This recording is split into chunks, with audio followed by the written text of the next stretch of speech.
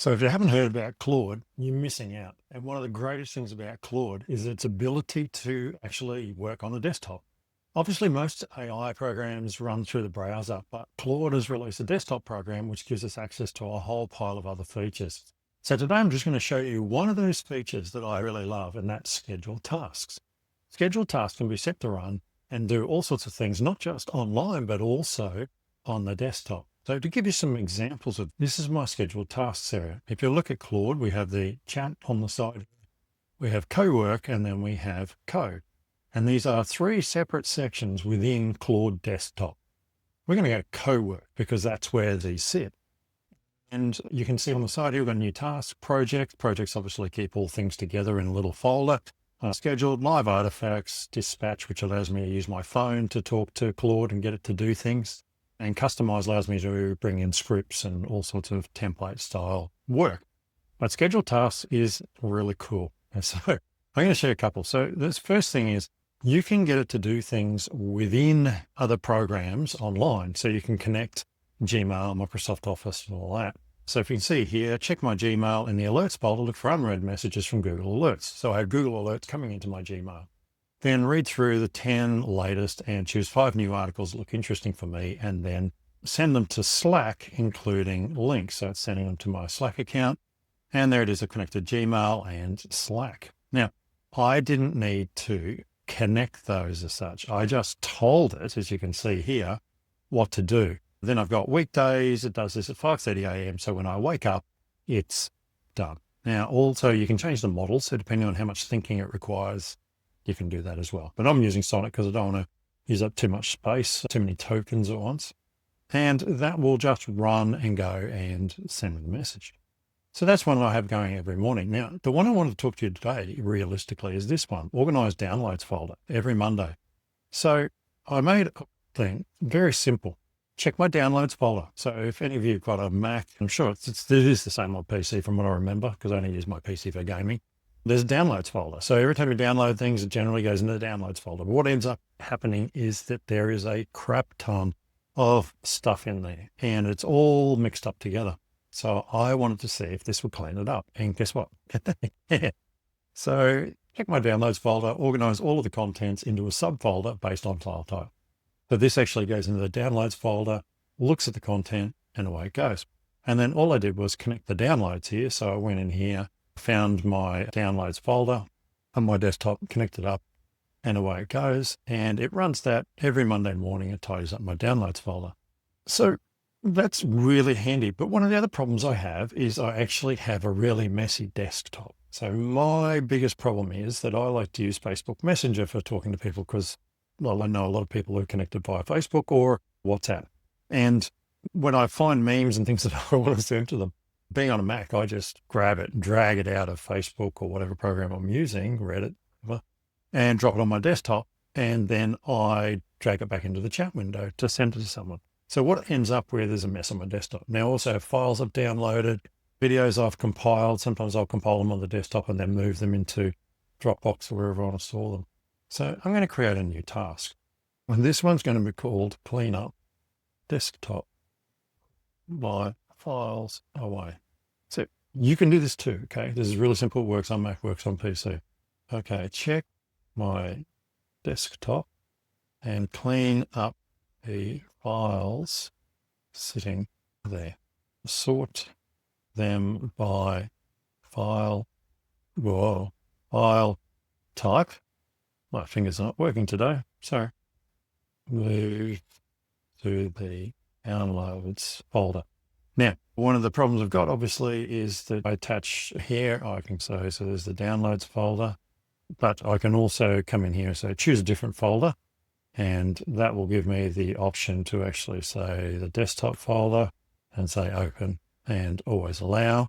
So now you can see I've chosen my desktop folder there. So it's just like using any other file tool, nothing much to it. Now, if I do this the way it's written right now, it will actually make a new downloads folder and put everything into the downloads folder on my desktop. So if we look in here, you can see that we've got here /users, Brad Hauck /downloads. So if I go /users Hauck /downloads folder. Theoretically, we'll find out, this should sort them. So if I go save, now you'll notice I haven't put a every day at 8 a.m. or whatever yet, because I'm just going to run this and I'm going to watch my desktop and see what it does. Now I can't really show you that because I'm recording this screen. So that's going now. If I click on here, we can view this and we can actually see what's happening and what it's thinking about and all that. So it's starting, it's working on it, likes to talk to you, tells you lots of things, gives you really great tips sometimes actually while it's thinking, loading the tools it needs. Now the great thing about this is it's running on my PC. So I leave Claude running all the time and that gives me access to it from my phone. So I can send it away and do a task on my desktop, like get a file or whatever and send it to me. Alternatively, run a program or run a actual window, and it can do all of those things. And when I come home, it's already done, which is really handy, I must admit. But to me, probably one of the biggest things is scheduled tasks. I'm just slowly building scheduled tasks. But one thing I must say to you is that when you make a scheduled task in Claude Desktop, it is only on the desktop that you're using at that time. So if you put Claude Desktop on your laptop and you've got scheduled files running, things to do, and you close your laptop, they won't run. Okay. Pretty simple, isn't it? So you need to leave your laptop running. So if you're going to do this, I suggest if you've got a desktop, just leave it running and put Claude Desktop on there and create your scheduled tasks on there. If you're going to run them on your desktop, on your laptop, then it's up to you what you do. You can leave your laptop running all the time if you happen to be someone that uses a laptop and has it plugged into a monitor.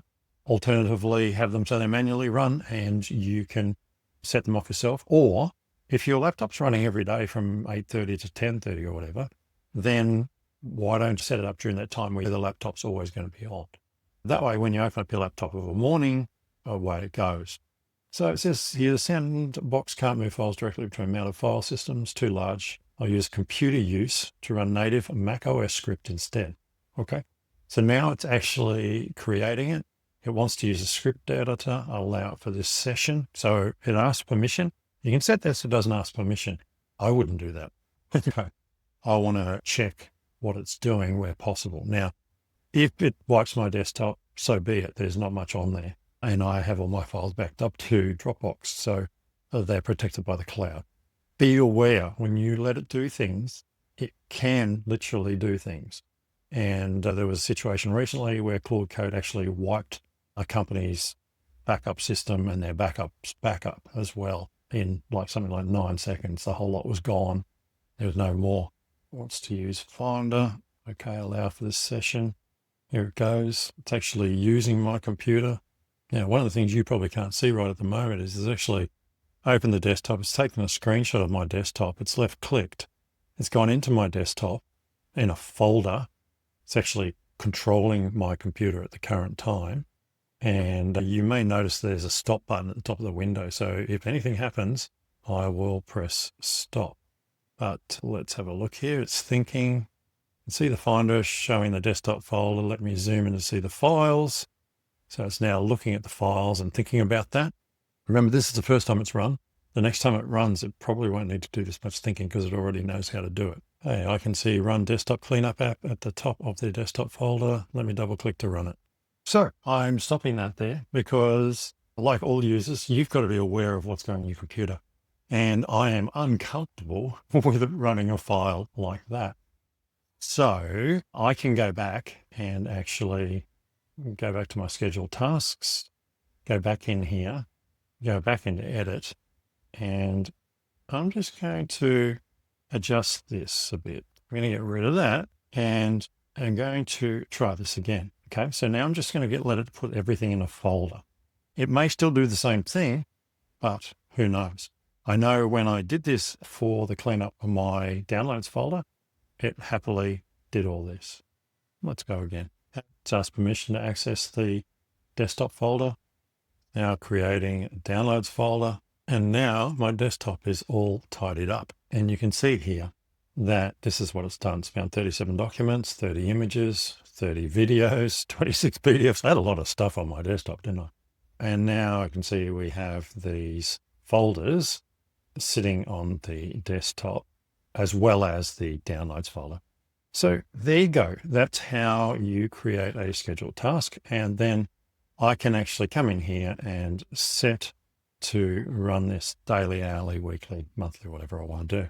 So as I said, just be a little careful when you're doing this. You are giving it permission to go to town. Now, by getting it to put it into a folder, I can then drag that folder somewhere, or I can copy everything out of that folder and drop them into a folder on my Dropbox or something and clean it out each week if I want to. But at least my desktop is nice and tidy to look at. I got rid of all those files that are sitting there. And as you saw, there was quite a lot of files sitting on my desktop. When I gave it permission to actually manipulate my desktop using the mouse and everything, it made me uncomfortable.